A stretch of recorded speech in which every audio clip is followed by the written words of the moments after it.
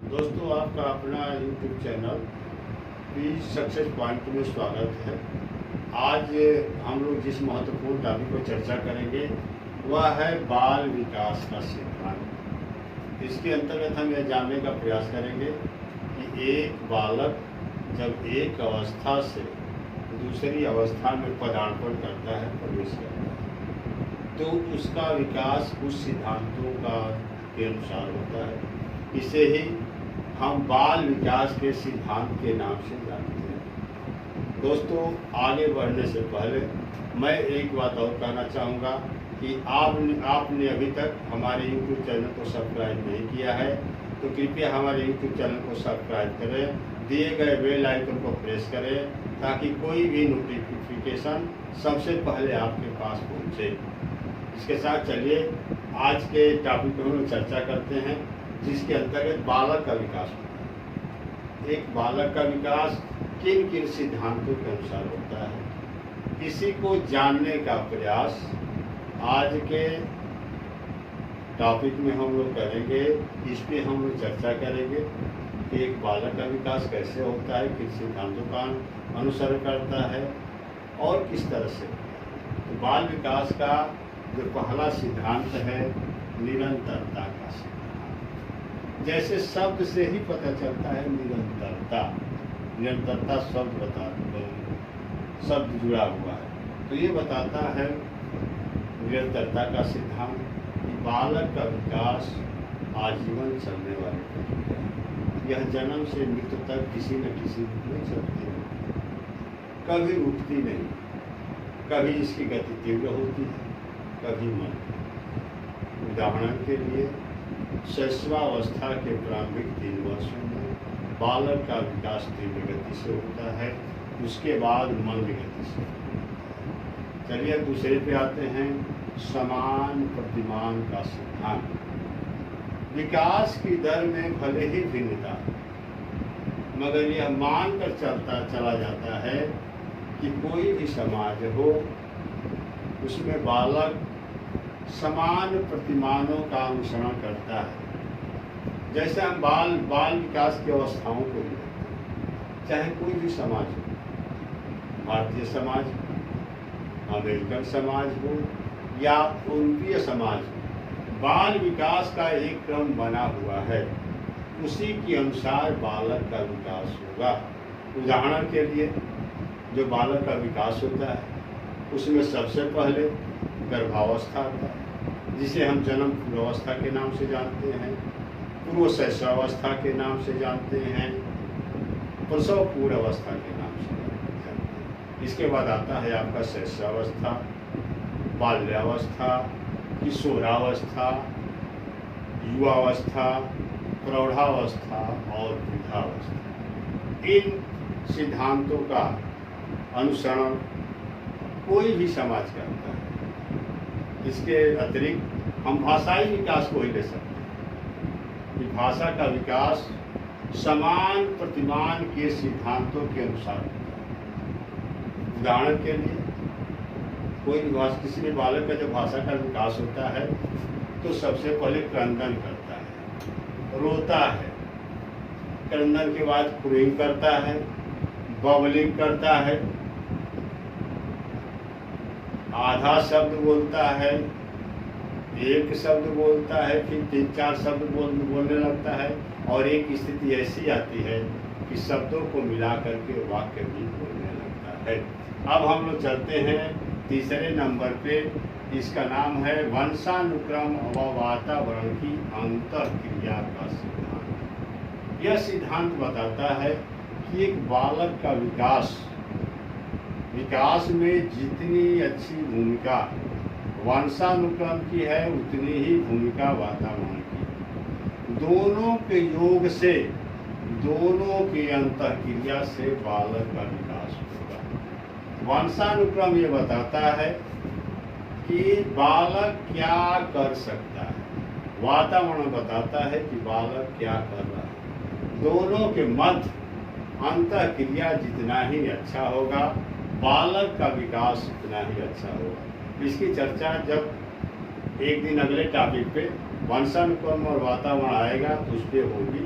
तीसरा है विकास क्रम की एकरूपता का सिद्धांत। विकास क्रम की एकरूपता का सिद्धांत बताता है कि मानव विकास के क्रम में एकरूपता पाई जाती है। जैसे सभी मनुष्यों का विकास सिर से पैर तक ही होता है, इसी को हम विकास क्रम की एकरूपता के सिद्धांत के नाम से जानते हैं।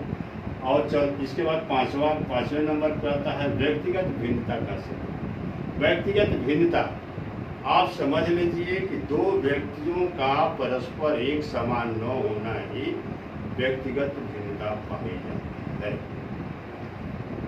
जैसे कोई बालक लंबा होगा, कोई नाटा होगा, कोई गोरा होगा, कोई काला होगा, किसी में सीखने गति तीव्र होगी, किसी में सीखने गति मंद होगी।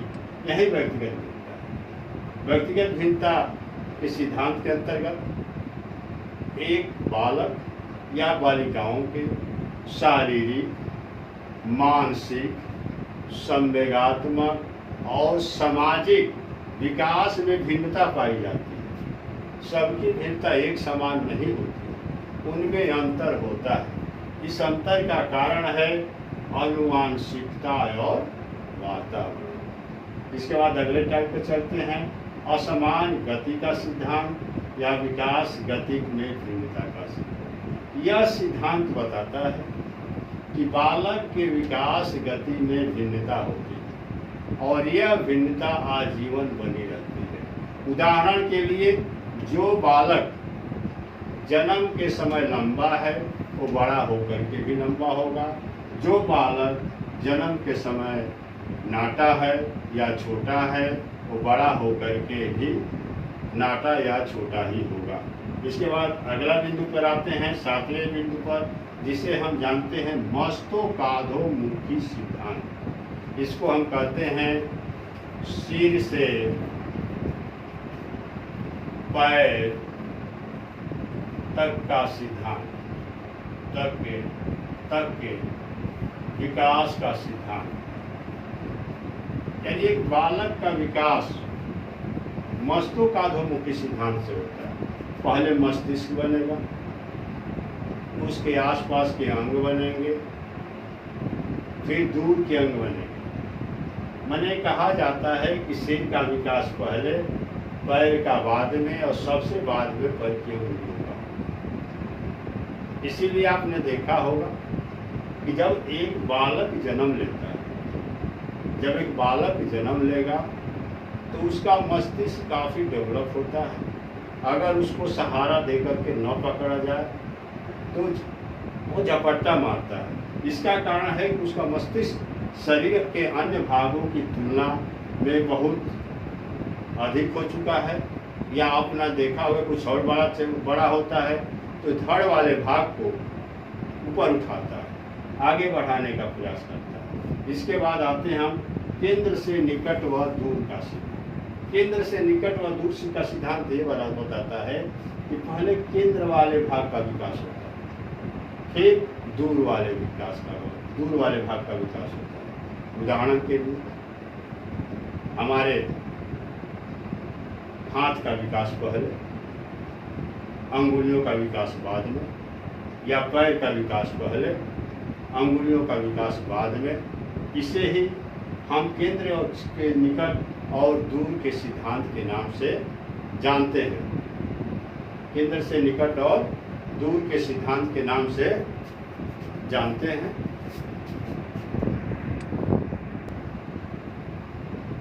सहसंबंध का सिद्धांत ये बताता है कि विकास में सहसंबंध पाया जाता है, एक क्रम पाया जाता है।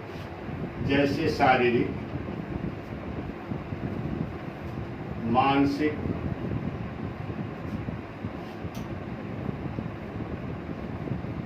संवेगात्मक, सामाजिक, ये विकास का सहसंबंध है, एक दूसरे से संबंधित है। बिना शारीरिक विकास हुए मानसिक विकास अच्छा तरह से नहीं होगा।